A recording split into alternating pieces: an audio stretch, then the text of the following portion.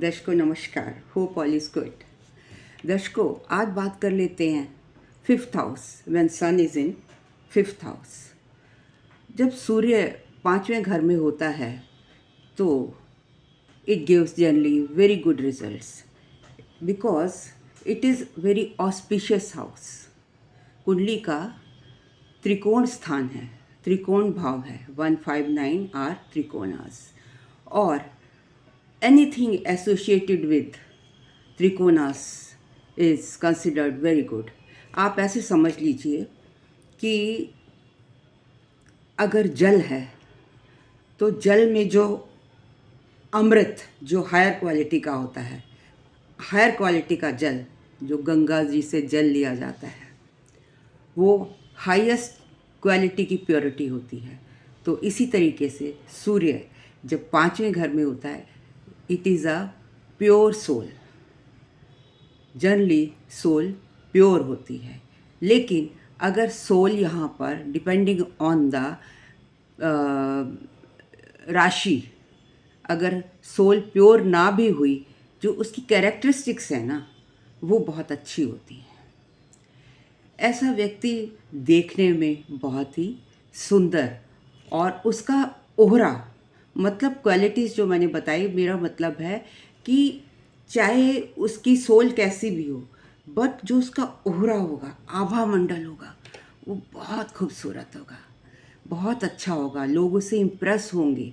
वो खुद भी अकेला नहीं रहना चाहता।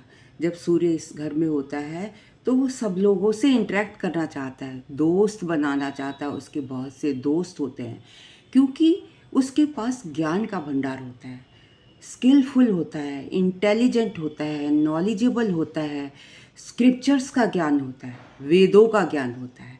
तो आप उससे किसी भी फील्ड पे, किसी भी टॉपिक पे बात कर सकते हैं। अगर बात आती है वेदों की तो वहाँ पर भी वो ज्ञानी है, अगर बात आती है स्क्रिप्चर्स की तो भी वो ज्ञानी है, बात आती है हिस्ट्री की तो भी वो वहाँ पर नॉलेजेबल पर्सन है। मतलब वो कहीं पीछे नहीं रहता, और अगर कहीं बाय चांस उसको किसी नॉलेज की कमी भी है तो वो शाय फील नहीं करता, पूरी पब्लिक में जाकर सोसाइटी में मिक्सअप हो जाता है and wants to learn new things, अच्छी अच्छी चीज़ें, नई नई चीज़ों को सीखना पसंद करता है।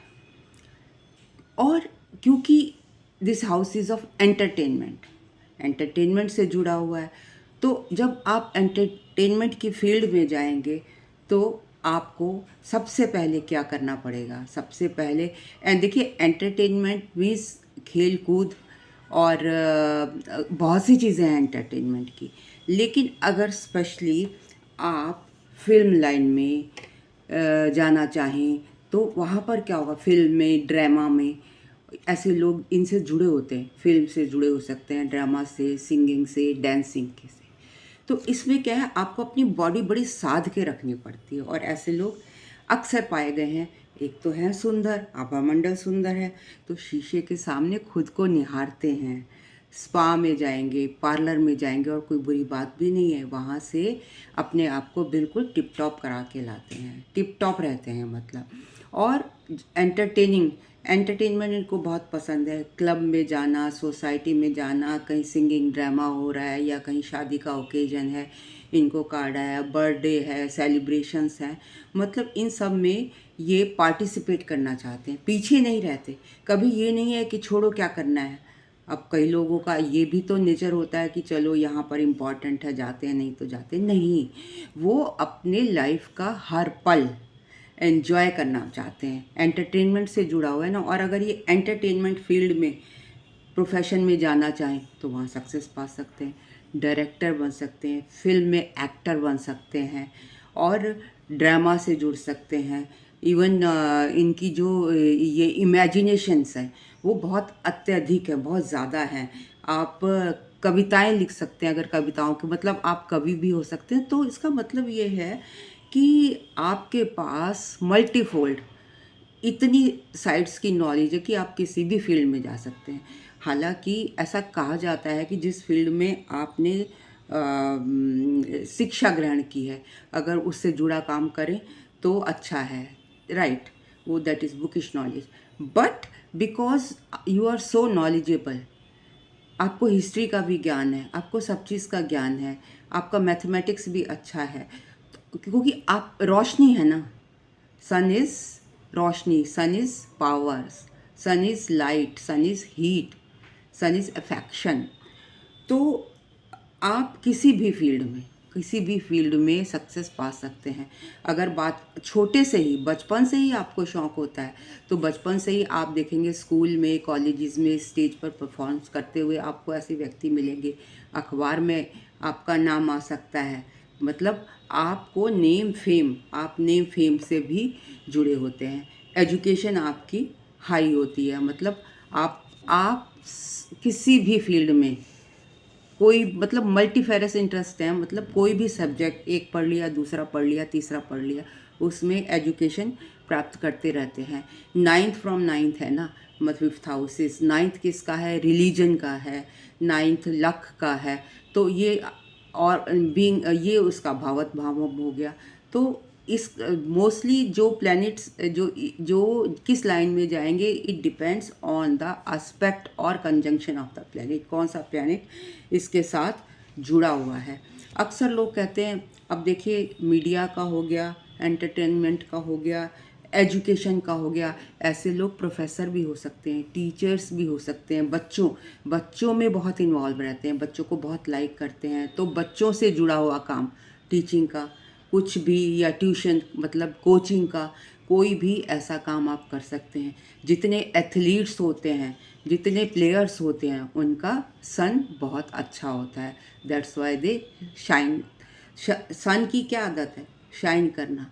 और दूसरों को, कभी कभी लोग इनको घमंडी भी कह देते हैं, क्योंकि जिस व्यक्ति को सब चीज़ की नॉलेज होगी, स्मार्ट होगा, मतलब सर्व गुण संपन्न होगा, तो चाहे वो क्योंकि उसके जो स्पीच है वो रोबीली है, उसका जो लुक है वो रोबीला है, उसका जो ओरा है वो सबको अट्रैक्ट कर रहा है।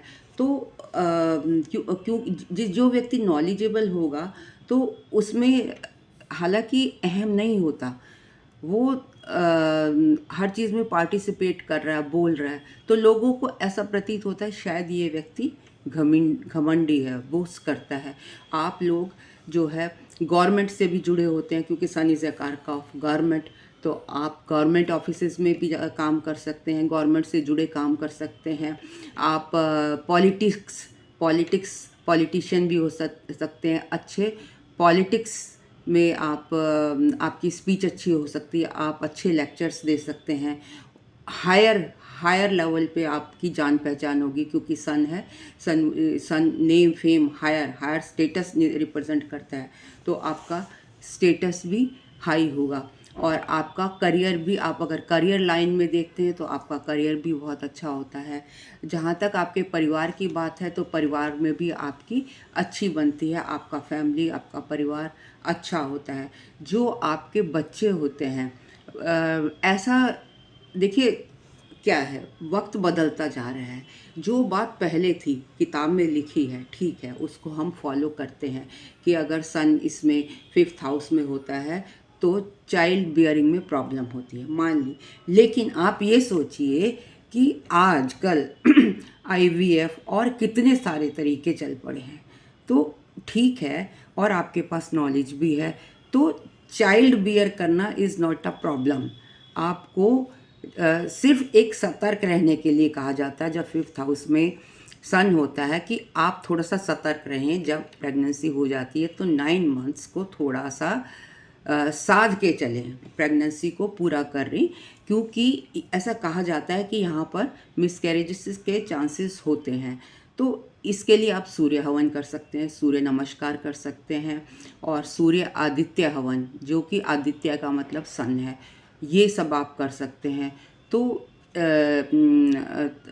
अगर ये सब करेंगे तो आपकी जो ये प्रोजनी है उसमें भी प्रॉब्लम नहीं आएगी आपकी, बल्कि जब प्रोजनी हो जाएगी, that will be very very intelligent, आपकी प्रोजनी भी इंटेलिजेंट होगी, आपकी प्रोजनी भी खूबसूरत होगी। ये हो सकता है कि मेल फीमेल दोनों हों, एक मेल हो अगर सन यहाँ पर है बाकी की फीमेल हो जाए, that is also a probability, that is also a chance. तो कहने का मतलब है कि जब सूर्य यहाँ पर होता है तो it is a very good position. आध्यात्म के मामले में देखें तो भी सूर्य बहुत अच्छा है 5th हाउस में, क्योंकि ये धर्म का हाउस है, तो ये धर्म से भी जुड़ा हुआ है। मतलब अब आप देखिए, एंटरटेनमेंट हो गया, एजुकेशन हो गया, धर्म हो गया, दिस स्पोर्ट्स हो गया, और हिस्ट्री हो गया, पॉलिटिक्स हो गया, तो ये और टीचिंग हो गया। तो मल्टीपल फील्ड्स में आप अपना करियर बना सकते हैं। तो ये था मेरा analysis about sun in 5th house. If you like my video, kindly like, comment, share and subscribe. आपको हाँ, पार्लर जाना भी बहुत पसंद है। ज़्यादातर मैंने देखा है लोगों को जिनका सन 5th में होता है, वो शीशे में खुद को निहारते रहते हैं। अगर उन्होंने देखा कि यहाँ से कोई कमी आ रही है, इधर से हेयर कट सही से नहीं है, तो जाके फट से हेयर कट करा लेंगे, फट से फेशियल करा लेंगे। मतलब उनको, और अगर आप उनको कोई रिस्पॉन्सिबिलिटी दे दो तो उनका ऑर्गेनाइजिंग जो एरिया होता है, ऑर्गेनाइज़र, गुड एडमिनिस्ट्रेटर हैं। कोई इवेंट करना है तो आप जिसका सन 5th में, आप उसको दे दीजिए, क्योंकि राजा है ना, राजा के ब्लड में ही है, खून में है कि वो ऑर्गेनाइजेशन जानता है, चाहे वो खुद काम ना करे लेकिन वो पब्लिक से काम करवा लेता है। So this is my analysis about sun in 5th house. If you like my video, kindly share it, kindly subscribe. Thank you very much for listening me so patiently, and in case of any consultation you can ask me on snakekapoor1812@gmail.com. Thank you very much.